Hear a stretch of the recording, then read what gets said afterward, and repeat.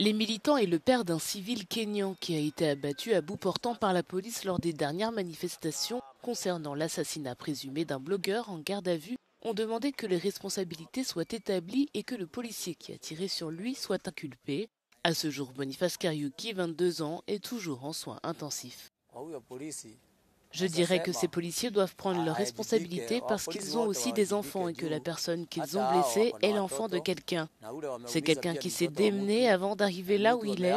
Il est allé à l'école et a traversé beaucoup d'épreuves et dans notre travail, qui consiste à colporter, il arrive que l'on soit blessé.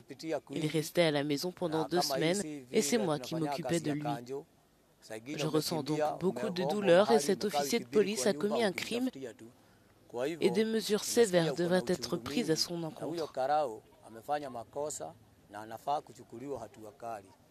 L'un des agents qui avait dissimulé son visage avec un masque lui a tiré une balle dans la tête alors qu'il s'éloignait. Dans un communiqué, la police a fait part de son inquiétude et a indiqué que le policier avait été arrêté.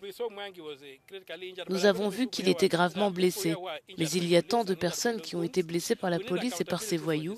Nous devons demander des comptes à ces personnes. Nous ne pouvons pas vivre dans un pays comme celui-ci. Ce pays s'appelle la République du Kenya, c'est-à-dire un pays gouverné par la loi et non pas par des voyous. Nous demandons donc que les manifestations de demain soient pacifiques et massives jusqu'à ce que nous obtenions des comptes pour tous les excès qui ont été commis par le régime de William Ruto et de ses acolytes. Le Kenya a un passé de brutalité policière et le président William Ruto s'est précédemment engagé à y mettre fin, ainsi qu'aux exécutions extrajudiciaires. L'année dernière, plusieurs militants et manifestants ont été enlevés et tués par la police kenyane lors des manifestations contre la loi de finances.